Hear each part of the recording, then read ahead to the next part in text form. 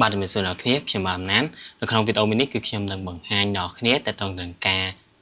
ចាប់ផ្ដើមកាត់វីដេអូដំបូងនៅលើកម្មវិធី CapCut អញ្ចឹងសម្រាប់អ្នកដែលរៀនកាត់តដំបូងអាចរៀនកាត់ចាប់ផ្ដើមពី CapCut បានមិនចាំបាច់ថាតើចេះកម្មវិធី Professional ទើបយើងអាចកាត់បានល្អទេឥឡូវយើងចាប់ផ្ដើមទាំងអស់គ្នាហើយខ្ញុំនឹងចាប់ផ្ដើម3ចំណុចដំបូងដែលងាយស្រួលសម្រាប់អ្នកគ្នារៀនពីវា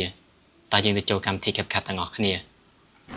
ដំបូងគឺអ្នកគ្នាចូលមកកម្មវិធី CapCut បន្ទាប់មកអ្នកគ្នានឹងឃើញពាក្យថា Create Project អ្នកគ្នាคลิกលើវាមួយបន្ទាប់មក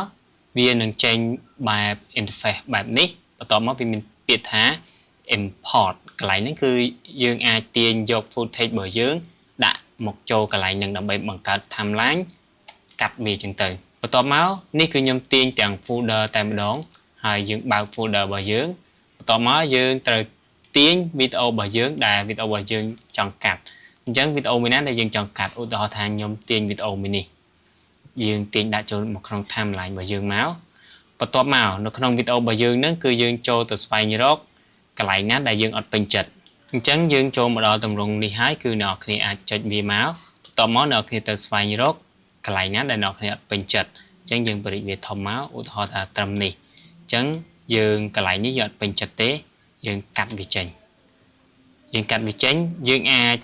ចុចនៅផ្លែឡាមខាងលើនេះបានដែរអ្នកគ្នាចុចមកកន្លែងវាដាក់ split យើងចុចកន្លែងហ្នឹងមកវានឹងចេញផ្លែឡាមបន្ទាប់មកអ្នកគ្នាអាចច្រឹបកន្លែងហ្នឹងទៅអញ្ចឹងប្រឡោះមួយនេះអ្នកគ្នាអត់ពេញចិត្តទេអ្នកគ្នាអត់ពេញចិត្តអ្នកគ្នាអាចបដូរវាមកសញ្ញាព្រួយវិញអញ្ចឹងអ្នកគ្នាអាចចុចវាមួយទៅហើយចុចពាក្យថា delete អញ្ចឹងវានឹងលុបបាត់ហើយបើសិនអ្នកគ្នាចង់ឲ្យលឿនកុំឲ្យយើងយឺតអ្នកគ្នាចុចលើវាមួយបន្ទាប់មកអ្នកគ្នាចុចអក្សរ S នៅលើ keyboard របស់អ្នកគ្នាបន្ទាប់មកអ្នកគ្នាចូលមកកាន់ផ្នែកមួយចំហៀងទៀតដែលអ្នកគ្នាមិនចូលចិត្តអ្នកគ្នាអាចចុចអក្សរ Q អញ្ចឹងវានឹងកាត់កន្លែងនឹងចោលហើយបើសិនជាអ្នកគ្នាចុចនៅផ្នែកខាងក្រោយចេះហើយអ្នកគ្នាចុចអក្សរ W វានឹងកាត់ផ្នែកខាងកន្ទុយខាងក្រោយអញ្ចឹងអ្នកគ្នាអាចច្រឹបទៅថាកន្លែងណាដែលអ្នកគ្នាមិនចូលចិត្តអ្នកគ្នាអាចច្រឹបវាទៅអ្នកគ្នាអាចច្រឹបឲ្យអស់អានេះខ្ញុំគ្រាន់តែលើកជាឧទាហរណ៍ទេអ្នកគ្នាអាចធ្វើទៅតាមអ្នកគ្នា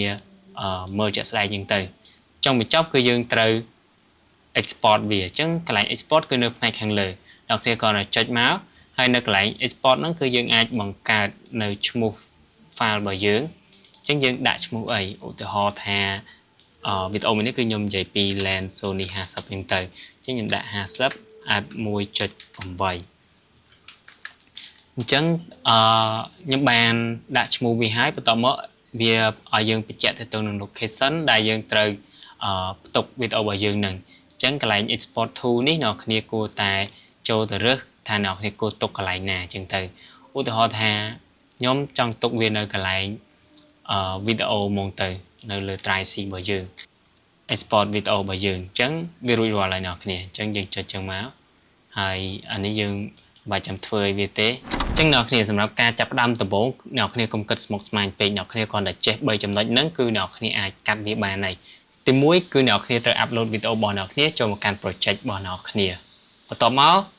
ចូលចំណុចទី2គឺអ្នកគ្នាគ្រាន់តែទាញវីដេអូរបស់អ្នកគ្នាចូលមក timeline ដើម្បីធ្វើការកាត់ចំណុចទី3គឺយើងត្រូវ export វាអញ្ចឹងចំណុចដំបូងគឺយើងទៅរៀនវា3ដំណាក់កាលហ្នឹងជាមុនសិនដើម្បីយើងអាចឈានទៅការកែ color ទៅការដាក់ effect ផ្សេងៗទៀតអញ្ចឹងវីដេអូក្រោយខ្ញុំនឹងបង្ហាញដល់គ្នាអរគុណជួបគ្នានៅវីដេអូក្រោយ